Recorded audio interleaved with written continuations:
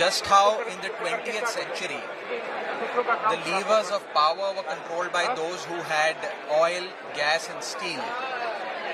In the 21st century, the levers of power will essentially be controlled by those who have access to AI, GPUs, compute capability, data centers. And that was the key, element of my argument, that how India needs to build its own compute capability, and how today, we are in a AI ecosystem in this world where there is a monopoly in some sense, where design is controlled by one company based out of the US. Fabrication is 90% of the chip manufacturing and fabrication is controlled by a company sitting out of Taiwan.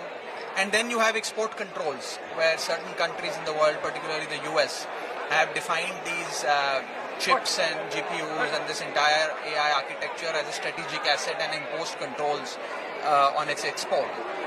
So when it comes to the design, fabrication and the export challenges, India needs to kind of prepare itself to secure access, to diversify supply and ultimately build a big AI infrastructure.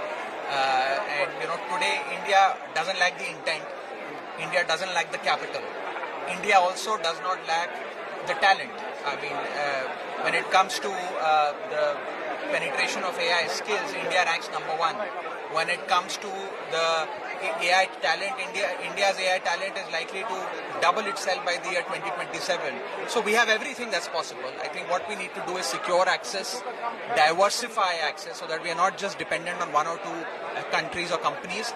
And ultimately, we have to build our own AI infrastructure, whether it's about data centers, whether it's about having access to land, power, technology, so on and so forth. So this was largely, the argument that I placed during my session. It's a fascinating environment.